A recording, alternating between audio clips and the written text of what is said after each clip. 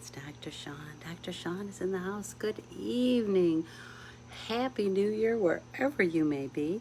Some of you may have already celebrated New Year. It's already happened.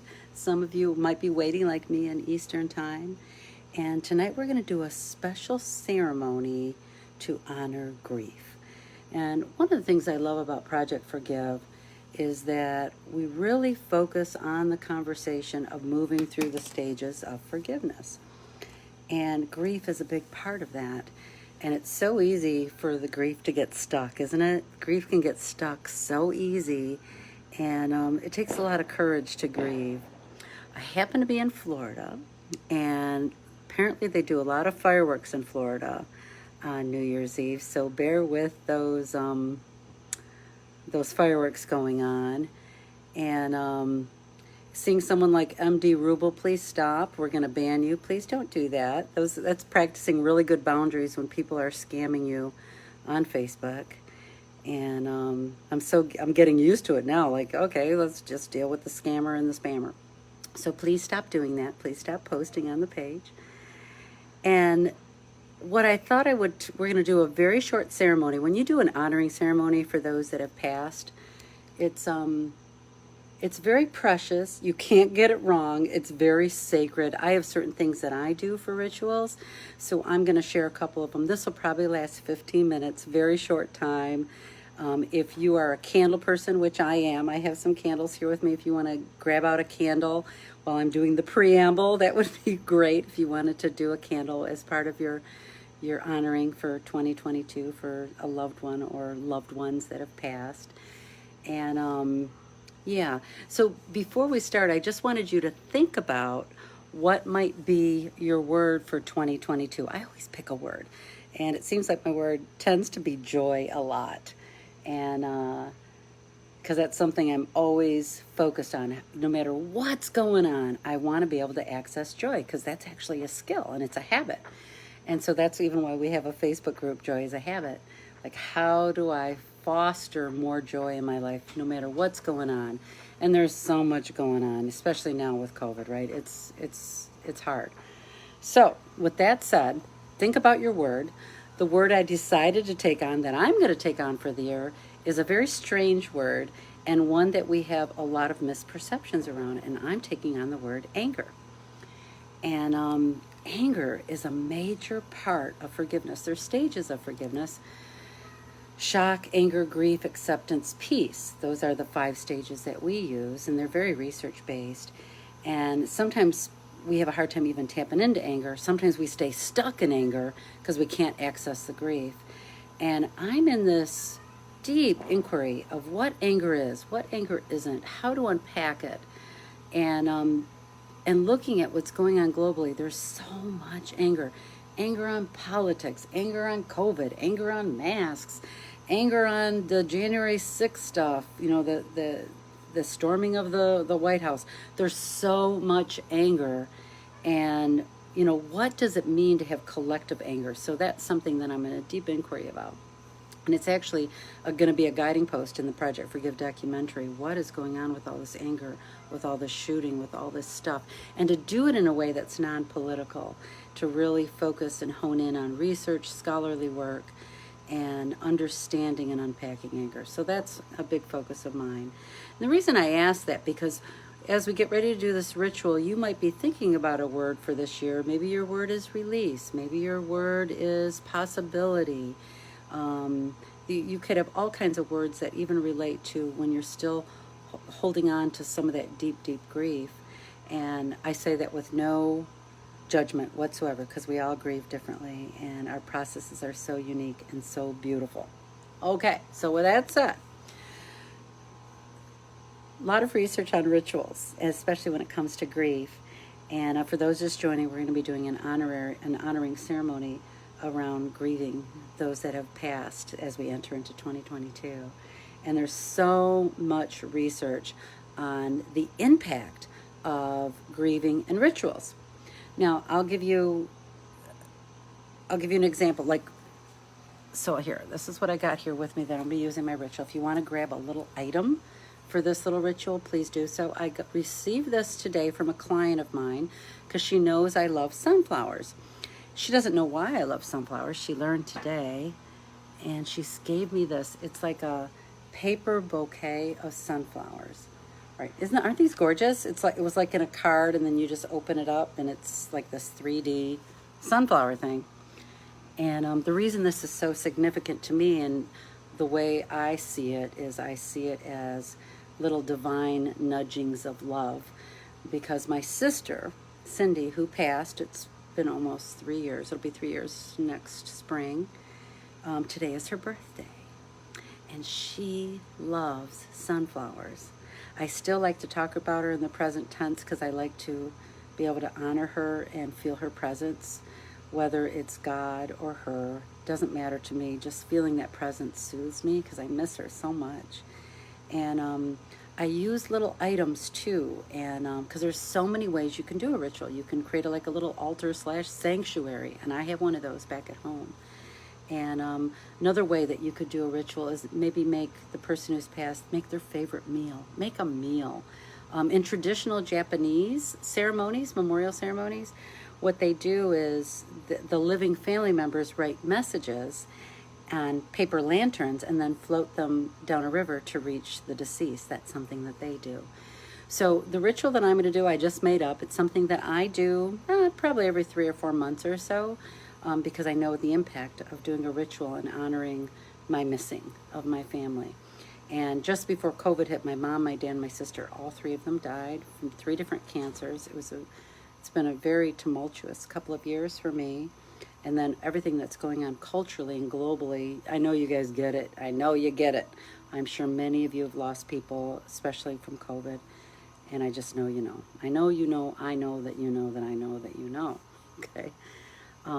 So what you can do is you can get a piece of paper if you'd like and get some matches or a lighter, grab a couple of candles, and I want you to think about for a second who you would like to honor as we step into 2022. For me, I'm going to pick my mom, my dad, and my sister. Now, that doesn't mean you have to get 3 candles, 1 for each person. You can pick a pet. You can actually pick people you don't even know who have passed from COVID, if that's something that resonates for you. What a beautiful thing to do. I think I'd like to add all the people that have lost family members from COVID to mine. And you can do this open eyes, closed eyes. It doesn't matter. We're going to light a candle and get situated. So I'm going to go ahead and light my candle here. Let me flip this around by my little like sanctuary that I created here. I'll flip this around here in a second. Oh, this flower's not cooperating here. I'll put my little girl here, my big sis, and I've got these 3 candles. Let me flip this around. Everything changed on Facebook. Let's see if I can flip it around. There we go. Okay, so here I am. I'm in Florida, for those that are wondering. Typically, I'm in Michigan. I'm going to light these 3 candles, and they're going to represent for me my sister, my mama, my dad, and everyone globally who has lost someone from COVID. Because even though I don't know them, if you're empathic, I'm empathic. I know I attract a lot of empathic people.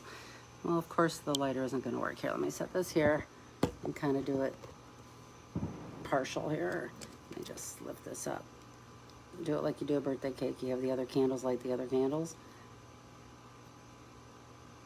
And you don't even have to light a candle. It ain't that frickin' deep, okay? You do whatever feels good. And we got fireworks going on in the background too, so maybe we'll have some moments of poignant fireworks. So we're going to start with a few seconds. Oh, there we go. We're going to start with a few seconds of silence for those that are just joining. I'll come in and look at the notes as soon as we go through the ritual. I can see many of you are sharing stuff that you're sharing. Aw, Deanna, I'm so sorry. I got it. Yep. Okay, so let's do a couple minutes. I'm going to close my eyes because I can visualize and I feel more connected to those spiritual aspects for me. Just so you know, for those just joining, we're doing an honoring ceremony of those that we've lost. And as we enter in 2022, please know Project Forgive is a non-religious, non-partisan organization. So anytime I use words like God or whatever, for me, it's God. That's my personal preference. And you replace it with whatever you'd like to replace it with. And, I get lots of emails about why aren't you religious? What is your religion? And you want to know really why that is? There's two reasons. One is because we work a lot in corporations. We do a lot of forgiveness work in corporations, and we have to stay for diversity, equity, inclusion. We have to stay non-religious and non-partisan, which is really important in companies. And I do believe forgiveness work is so needed in corporations. The other reason is this. I'm an incest survivor. I know many people that come to Project Forgive can relate to some kind of abuse, whether it's sexual abuse, verbal abuse, neglect, beatings, domestic violence. I really attract people that are doing deep, deep work. And 1 out of 4 women will deal with sexual abuse or sexual assault, and I think that's a low stat. And what happens when you're violated in that way, you have a hard time connecting to God. And I had a good 10-year period in my 30s, I'm 57 now, where I couldn't even talk to God. I was so mad at him, I couldn't even talk to him. And for me, this moves me to say it, being non-religious allows anyone to come wherever they're at, however they feel, whatever their relationship was with God, Allah, Buddha, however they see it, it's really done in an honoring way so that that we all can find our own paths spiritually, whatever that means for us. So that's the real reason why we're non-religious, those two, okay? All right, I'm stalling so people are looking for candles, so that's kind of what I'm doing. Yeah, I'm with you, Nadine, I got it. All right, so we're going to start with a couple of seconds of silence. If your candle blows out from the wind or whatever, don't let it mean anything. I got my little computer next to me, so it's flashed in my eyes. I'm trying to adjust that. So let's just take a deep breath. And I'm just going to say a personal prayer as we move through this, just a real couple of sentences. Bless us, Father, as we do the work of healing humans with compassion, kindness, and love for our friends, for our family, for the world, so that we may heal. Because broken hearts, as Mother Teresa always says, dear God, please break my heart, break it so severely that nothing can break me. We get stronger. When we grieve, we get stronger. We get better boundaries. We become more loving and we become kinder. And that's especially if we do our grief work. Okay? So what I want you to do, you can have your eyes closed or open. Visualize the person that you decided you want to honor. And for me, it's my sister, my mom, and my dad, and every family suffering from COVID losses.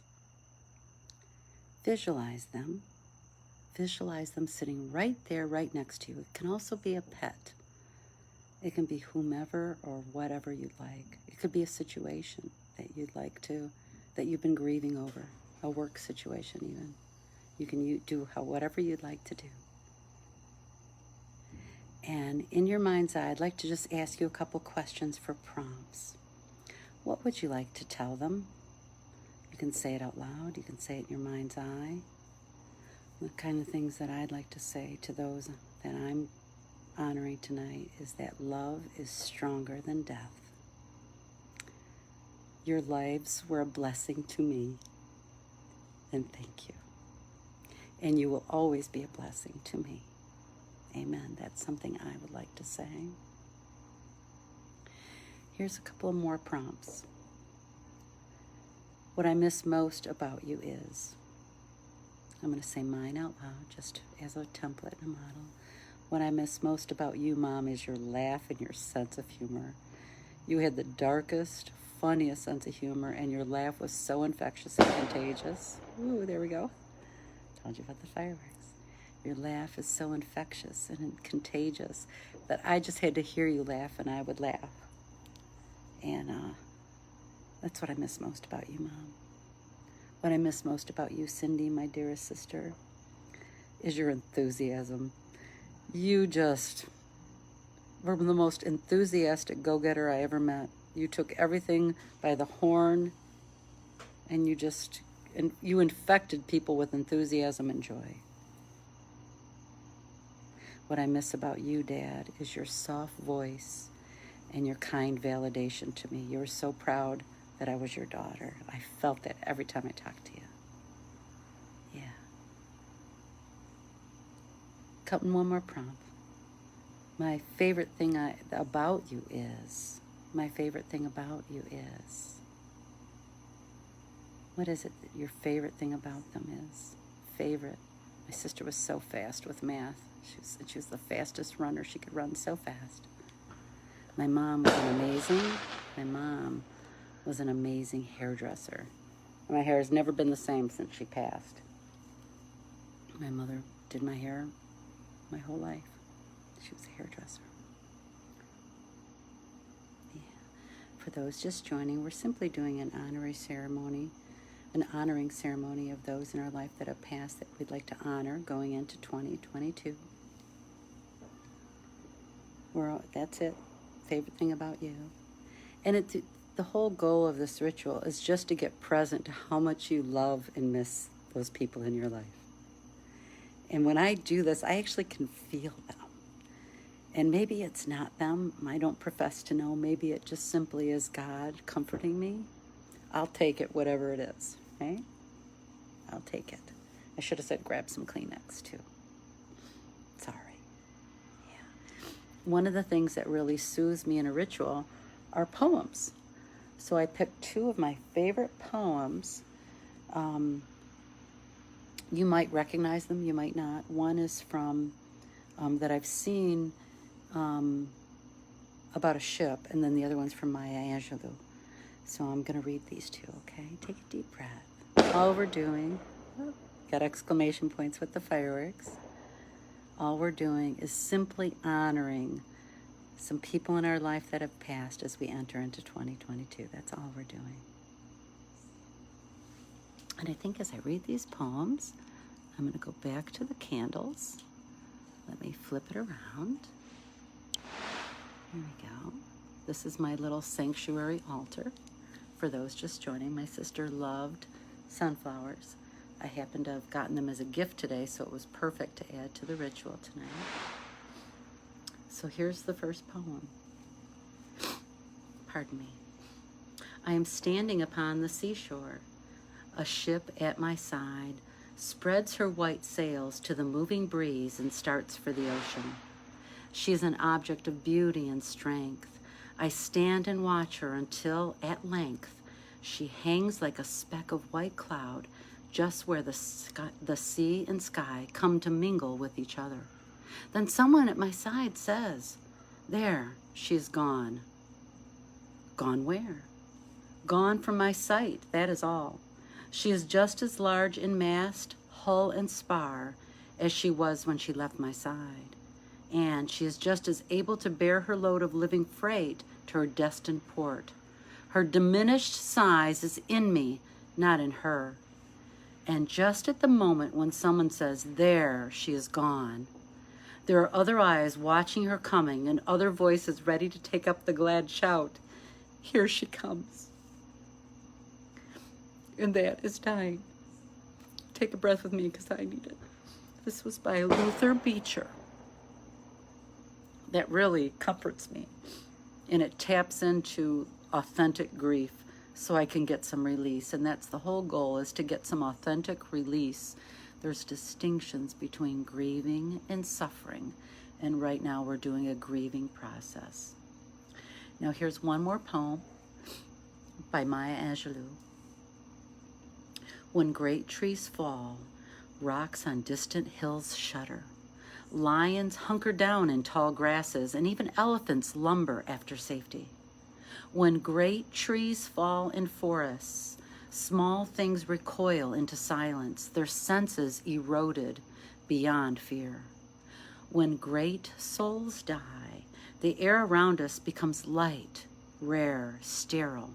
We breathe briefly, our eyes briefly see with a hurtful clarity.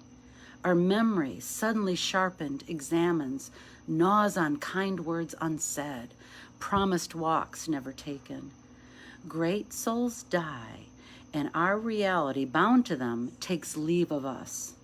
Our souls, dependent upon their nurture, now shrink, wizened, our minds formed and informed by their radiance fall away. We are not so much maddened as reduced to the unutterable ignorance of dark, cold caves. And when great souls die, after a period of peace blooms, slowly and always irregularly, spaces fill with a kind of soothing electric vibration. Our senses restored, never to be the same, they whisper to us. They existed. They existed. We can be and be better, for they existed. And that's Maya Angelou. Yes. We are better because they existed. Beautiful, huh? Deep breath. And before we close the ritual, I want you to still be with that loved one that you picked or those loved ones. And I want you to see them happy, pain-free, enjoying the afterlife, however that looks, and that they're blowing you kisses, reminding you how much they love you, and that they are free and in peace. Yeah, deep breath, everybody. One of the beautiful things about these rituals, to allow yourself to get present to grief, is it's such a release. Like, I'll have, the rest of my night will be amazing. I have bouts of grief. It comes in and out. And I call this planned grief. Because, okay, I can tell I'm getting antsy about other things. I really need to get present to my grief and how I'm feeling. And because grief is very hard to deal with sometimes, right? Yeah. If it's okay, you can't really tell me it's not okay. I get that. I want to say a little prayer, and you can use whatever salutation feels good for you. So for me, I'm just going to say, Dear God, because I use God. Sometimes I use Jesus. One of my mantras is, what would Jesus do? And I know not everybody believes in that way, and that's all good. You might even be at the spot in your life where you're really mad at God. That's okay. God's got big shoulders. And so I'm going to just say a little prayer to close us out, okay? And then I'll just do some closing words, and I'll just want to look briefly, see what you guys are saying and who you're honoring. So, dear God, Heavenly Father, thank you for bringing us together tonight. Thank you for this forum of Facebook and Project Forgive, that we can join hearts and minds in love together and be in collective grief and honor it in such a way. We don't have to know your reasoning behind why people have passed. We know your divine plan is a divine plan, and we trust. We trust in you. We trust in your love. In Jesus' name, amen. Beautiful. Beautiful. Look at all these people praying. Look at all of you praying. So beautiful. You are so welcome, Nadine. I just want to look real quick. Yeah, Lynn, I saw that. I just found out about Betty White just before I came out and did this live. I've been working all day with clients and stuff. I haven't been anywhere near the internet. So sad about Betty White, huh? Oh my gosh. 2.5 years of cancer, yep. Yeah, she was a very special woman. You're spot on, Lynn. I'm just looking to see if there's something to address. Got it. Baba, your best friend Baba. Got it, Ramona. Your brother John and your grandparents. Beautiful. Darlene and Mr. James. Thanks, Yvette. And Miss Red Alton. Aw, what a pretty name, Red. Wonderful mom and dad, Jeannie. I got it. Thanks, Joyce, for that. I see you guys all watching. I see ya. Oh, I'm sorry about your grandson and your mom, Yvette. Karen and your dad. There's something really beautiful about also talking. There's a lot of comments, so I'm sorry I can't get to all of them. About talking about someone that's passed. I have a good friend, Lynn. Her husband, Jeff, died. It's been like 12 years now. And we talk about him all the time. He would think that was hysterical that I'm doing a live and all the fireworks going on. Okay. Yeah, I'm with you. To Shadiso, forgive if I mispronounce your name. I'm so sorry. Yeah, the anniversary dates are really hard. I'm with you. I'm so with you. So be gentle. Have a beautiful night. Whether you're staying, I hope you're staying in. There's so much going on out there. And bless you into 2022. I will be back February 1st. My next live is going to be February 1st. Many folks know I'm in Florida dealing with some family crisis with a high-risk pregnancy daughter and helping with other grandkids. So I'm working from here and really helping out as she's going through a divorce. So it's a really tough crisis situation, and it's just day by day by the grace of God, you know. So I'm going to put the next live will be February 1st. I don't even know what day that's on. I just said February 1st it is, and we're going to look at conflict, releasing conflict. We have some really great tools about releasing conflict, especially when you're in the thick of it. Oh, yeah, we went, yay. Can you hear the fireworks? So cool. All right, big love. I will, thank you, Deanna. I just love you. All right, big love, everybody. Thank you for the stars. I will see you very soon. Look for some videos. I'm starting to do little videos to make up for the lost time or the lost lives, because I've just really had full hands. And you guys have been just pure grace with me, and I am so thankful to all of you, and I love you all very, very much. Thank you, Nadine, for those prayers. I got it. All right, I will keep you posted, Michelle and the baby. Okay. Sandra, oh, it's nice to see your face and your prayer hands. Okay, big love, everybody. See you soon. Bye-bye.